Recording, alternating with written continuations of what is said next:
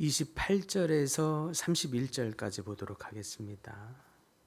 로마서 1장 28절에서 31절까지 함께 봉독합니다.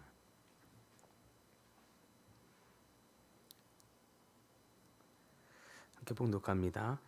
또한 그들이 마음에 하나님 두기를 싫어하며 하나님께서 그들을 그 상실한 마음대로 내버려 두사 합당하지 못한 일을 하게 하셨으니 곧 모든 불의, 추악, 탐욕, 악의가 가득한 자요, 시기, 살인, 분쟁, 사기, 악독이 가득한 자요, 수근수근하는 자요, 비방하는 자요, 하나님께서 미워하시는 자요, 능욕하는 자요, 교만한 자요, 자랑하는 자요, 악을 도모하는 자요, 부모를 거역하는 자요, 우매한 자요, 배약하는 자요, 무정한 자요, 무자비한 자라.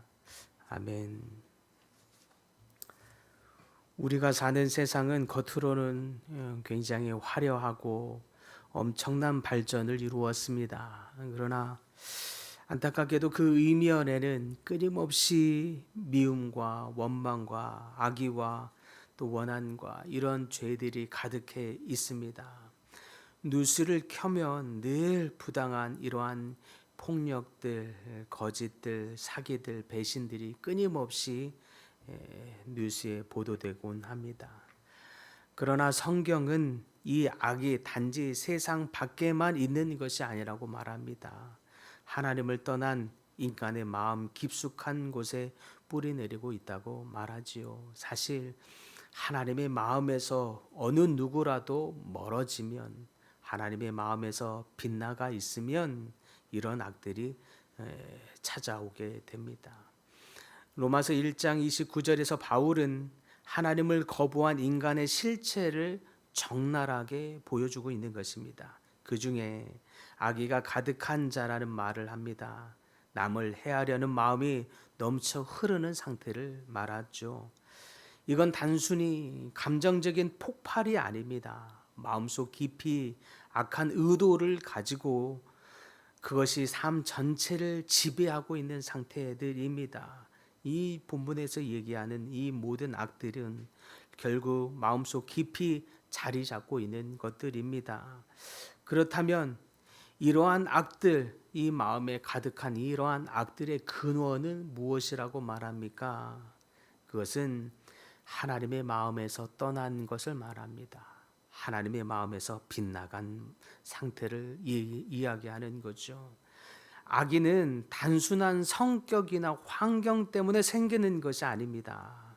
하나님의 마음으로 보지 않는 것, 하나님의 눈으로 보지 않은 것, 곧 육신의 생각과 육신의 기준만 남아 있습니다. 성경은 이 악의의 뿌리가 곧 이러한 하나님의 눈과 하나님의 마음에서 떠나 있는 상태를 말하는 것입니다. 하나님의 마음을 인정하지 않고 하나님의 마음으로 바라보지 않고 하나님의 뜻을 생각하지 않으면 거기에는 인간의 마음만 남아 있습니다. 그러니 사랑과 선함 대신에는 자기의 유익을 계산하는 계산과 자기의 기준, 내가 가지고 있는 기준, 이것만 남아 있습니다. 이기심만 가득하게 됩니다. 그러면 다른 사람을 축복하기보다는 늘 끊임없이 평가하고 비난하고 또 그 속에 있는 부정적인 것으로만 사람을 재단합니다. 하나님의 뜻, 그 속에 담겨 있는 하나님의 마음은 온데간데 없이 사라져 있습니다. 바울이 가득하다라고 하는 것은 악의가 잠깐 스쳐 있는 감정을 말하는 것이 아닙니다. 그 사람의 일상에 지배하고 있는 이 부정적인 감정들이 어떤 형태로든 비난이든 험담이든 평가이든 시기이든 이런 악의이든 살인이든 분쟁이든 이런 수근수근함이든 어떤 형태로든 나타나고 있는 상태를 말하고 있습니다. 이런 악의가 우리 속에 있으면 그러면 어떤 결과가 일어나게 됩니까? 명확한 건 관계가 깨어지고 공동체가 붕괴가 됩니다. 악의는 보통 조용히 퍼집니다. 말 한마디의 뉘앙스, 눈빛 하나, 행동 속에 있는 미묘한 차별, 억양 속에 담겨 있는 이 부정적인 평가들, 뉘앙스들, 넌 그래서 안 돼. 저 사람은 저래서 그래. 라고 하는 이런 것들이 모여서 상대를 상하게 하고 관계를 깨뜨립니다. 가정에서는 불신과 냉랭함을 만들게 되고 교회에서는 분열과 갈등을 일으킵니다. 지금까지 수천 년의 교회 역사를 보더라도 외부의 박해로 인해서 무너졌을 때보다 내부 안에서의 이러한 악의와 불신들에 의해서 깨어졌었던 역사가 더 많이 있었음을 증명해 주고 있습니다. 악의가 들어오면 그러면 늘 험담하고 평가하고 비난합니다. 교묘히 자기의 주장을 합리화하고 그 주장을 정당화하느라고 다른 사람의 약함을 더 심각한 문제로 여기고 험담합니다. 그래서 결국에는 공동체를 파괴하죠.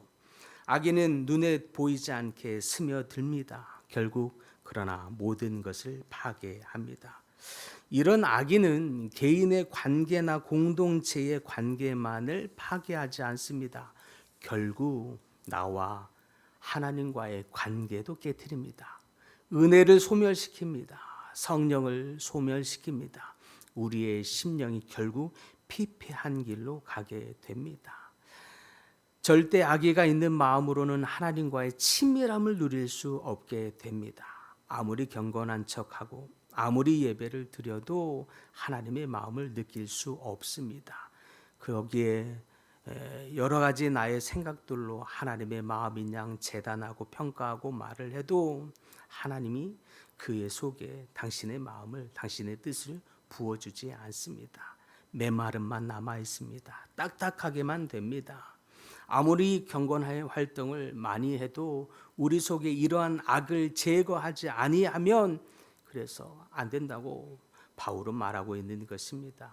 하나님은 순전하고 순결하여서 조금의 악의와 섞일 수가 없는지라 악의가 있는 마음으로는 하나님의 마음을 머리로 추측할 뿐 하나님의 뜻을 이해할 수 없습니다.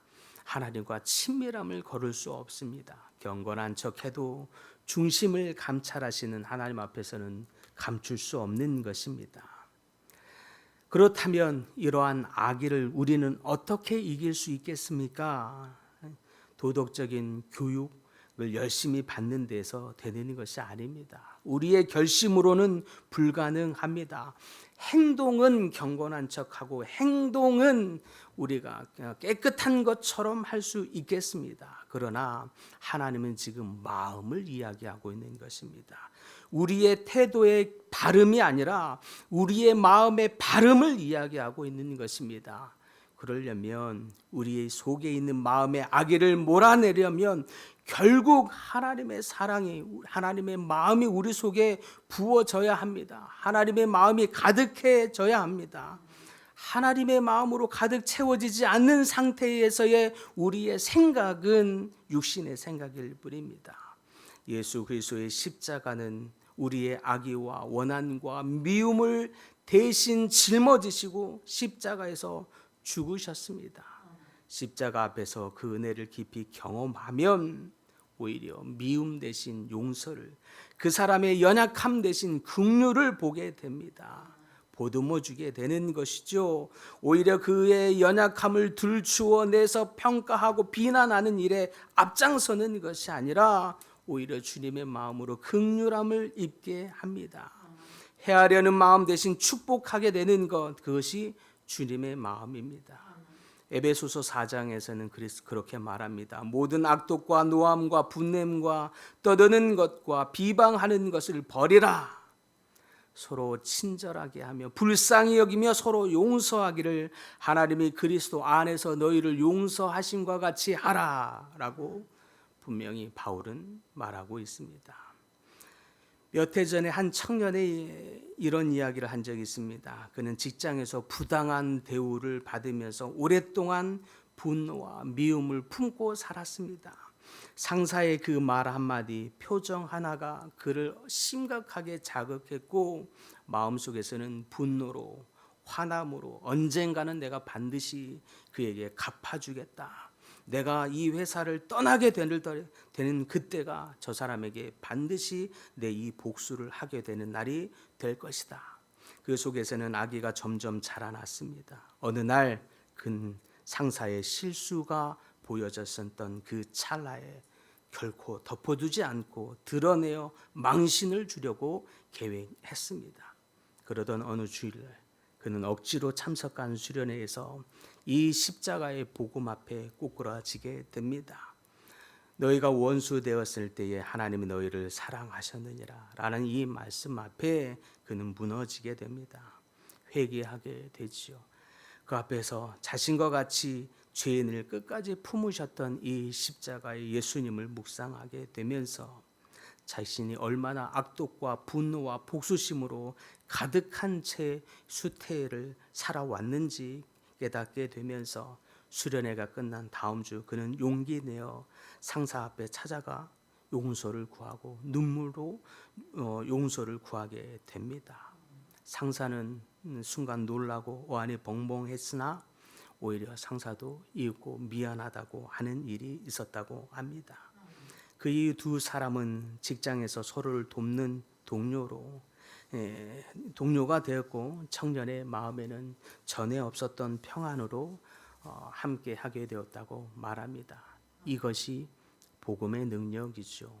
복음은 단지 교리를 가르치는 것이 아니라 복음은 단지 우리를 바른 생활의 모습, 태도를, 모양을 갖추게 하는 사람이 아니라 우리의 심령을 바꿉니다. 주님의 마음으로 변화시키는 능력이 있습니다. 악의로 가득 찬 마음을 사랑으로 바꾸는 힘, 그것이 복음의 능력이요 십자가의 그리스도의 사랑의 능력입니다. 사랑하는 성도 여러분, 혹시 오늘 우리 가운데 겉으로는 우리는 알 수 없지만 속에 대한 마음을 보시는 그 주님 앞에서 우리는 어떤 마음을 품고 있습니까? 우리 속에 부정적인 마음, 또 부정적인 평가와 수근수근함, 누군가를 향한 미움과 원망, 분노를 쏟아내고 또 가지고 있었던 적은 없으십니까? 우리의 마음을 주님 앞에 내려놓고 버리고 십자가의 복음, 또 십자가에서의 그리스도의 사랑이 우리 속에 부어지게 되고 또 그 사랑의 마음이 우리 속에 깊이 묵상되는 시간이 될 수 있기를 바랍니다.